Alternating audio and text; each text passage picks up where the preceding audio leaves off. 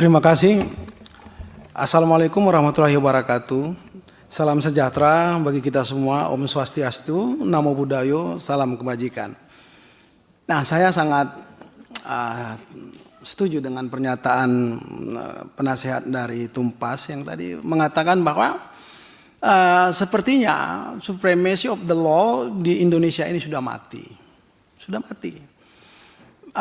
Seolah-olah kita kembali ke masa status naturalis, di mana manusia yang satu serigala bagi manusia yang lain, homo homini lupus.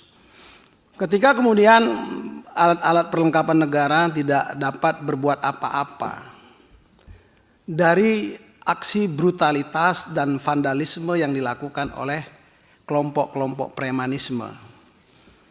Kelompok premanisme ini banyak bentuk ya. Tapi saya berharap kehadiran kami di sini juga tidak sekedar dagelan politik ya, pimpinan. Saya berharap juga bahwa kehadiran kami ini bukan semacam pentas aksi kebohongan yang kita membiarkan kemudian negara ini berubah dari negara hukum, Rechtsstaat, menjadi negara para mafia. Ya, saudara, Pak Pimpinan. Saya terus terang saja, sama seperti Pak Saur, saya aktivis 98 juga, teman-teman kita semua itu. Saya banyak mengkritisi soal kebijakan atau political will, public policy pemerintah. Dan saya tahu persis kinerja DPR itu seperti apa. Karena mahasiswa di sini, yang bekerja di sini, banyak sekali mahasiswa saya. Ya, itu perlu saya inikan. Nah, saya tadi pagi sebelum kemari, cepat-cepat membuat suatu tulisan apa yang harus saya sampaikan. Supaya tidak terkesan ini asumsi, saya membuat suatu ringkasan sedikit mengenai negara tidak boleh kalah dengan preman.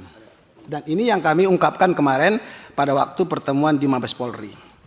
Nah, aksi premanisme sudah menjadi momok yang sangat menakutkan bagi seluruh kalangan masyarakat.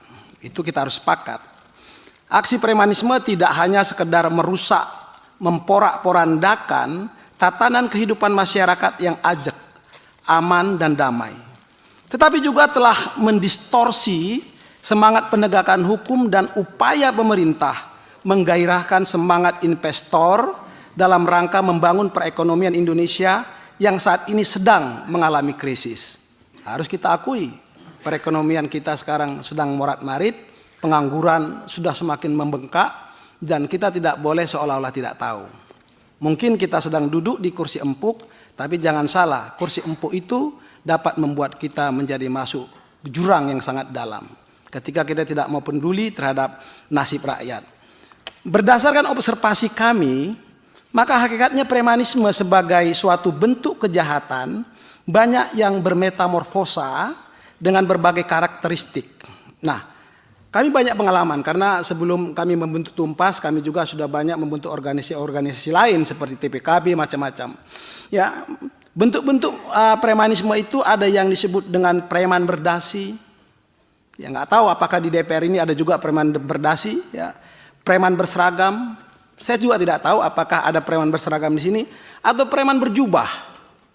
Ya, selain itu apabila dilihat dari strukturnya, maka ada yang disebut dengan preman terkoordinir dalam suatu organisasi resmi tertentu seperti Ormas, LSM. Bahkan ada yang berbadan hukum. Nah, tadi yang diminta untuk dibubarkan berdasarkan undang-undang Ormas tentu yang berbadan hukum. Tetapi ada pula yang memiliki struktur organisasi namun tidak memiliki struktur organisasi, itu namun dia terkoordinir dalam suatu kumpulan yang memiliki pimpinan sebagai pengendali aksi. Ini berdasarkan pengamatan kami dan kami kebetulan sering melakukan penelitian dan kajian terhadap fenomena sosial kemasyarakatan terkait kebijakan-kebijakan publik pemerintah. Dalam kenyataannya, aksi premanisme tidak sekedar menjadi hantu dan momok yang sangat menakutkan bagi masyarakat. Karena sering menimbulkan kegaduhan dan situasi tidak kondusif. Mereka mengklaim memiliki kedudukan dominan, mungkin karena ada backing yang membackup mereka. Kita tidak tahu karena ada juga premanisme yang berada di lingkaran kekuasaan dan sering juga menjual nama-nama penguasa. Nah, coba kita dengan jujur menjawab siapa orang itu. Kita tidak usah sebutkan di sini.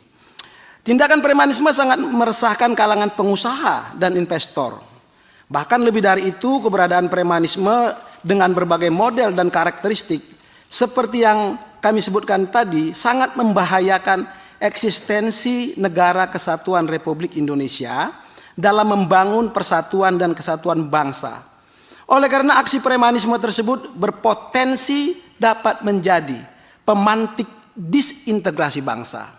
Maka kita harus peduli, dan kami berharap pertemuan ini bukan sekedar dagelan politik atau pentas aksi kebohongan.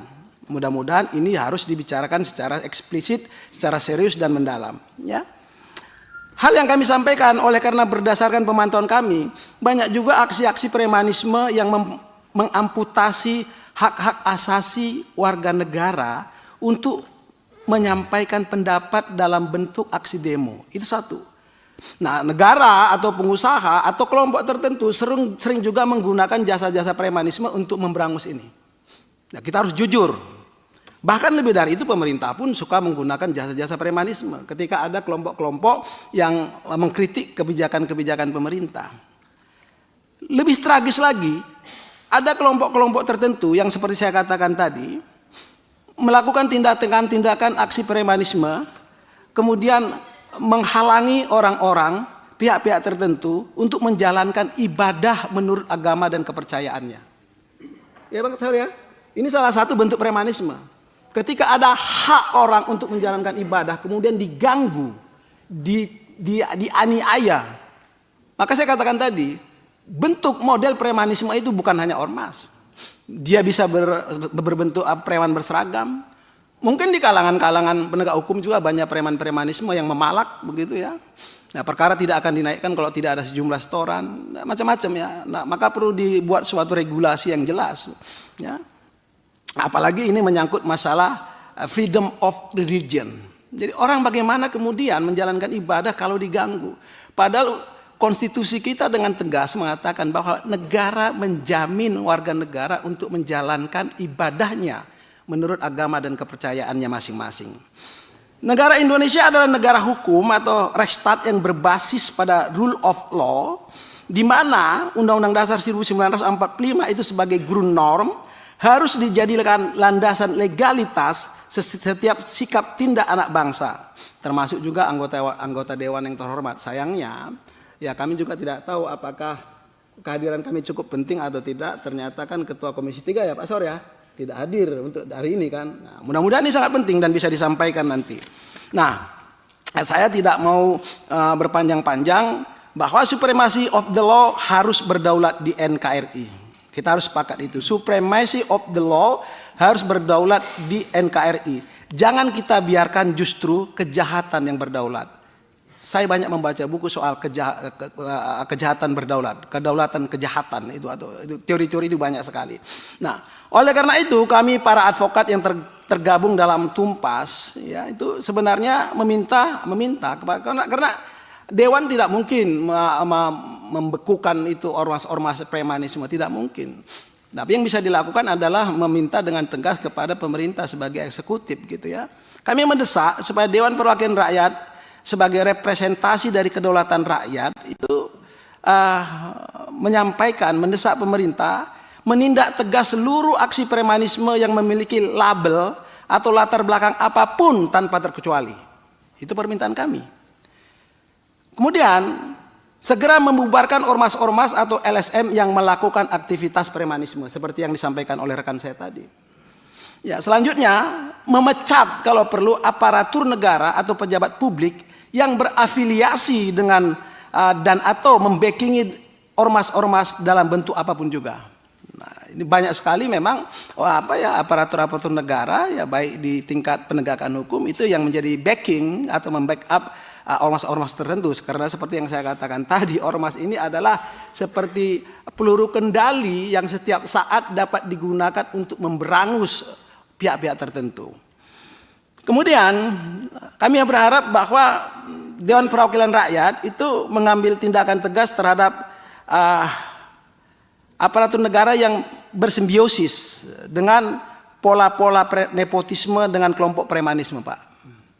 Jadi banyak sekali ya aparatur negara yang membangun simbiosis itu. Nah, kemudian DPR mendesak pemerintah agar dapat menjamin ketertiban masyarakat, Kamtibmas, agar dapat masyarakat melakukan aktivitas dengan nyaman. Karena bagaimana kemudian masyarakat mau dan berminat untuk melakukan usahanya ketika mereka merasa terganggu. Nah, kemarin kita berdiskusi di Mabes Polri, ada orang yang ingin membangun rumah saja, itu ada uang untuk menurunkan, uang palak untuk menurunkan pasir dan menurunkan batu, Pak. Nah, itu kita tidak usah sebutkan ormasnya, banyak sekali. Kemudian kami mendesak juga supaya Dewan Perwakilan Rakyat ini itu melakukan penegakan hukum secara tegas dan secara tegas di lingkungan birokrasinya sendiri sebagai bentuk tanggung jawab publik, public accountability.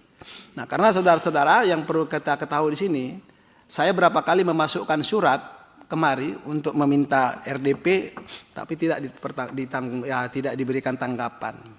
Oleh karena itu kita melihat bahwa apakah benar reformasi birokrasi itu sudah berjalan?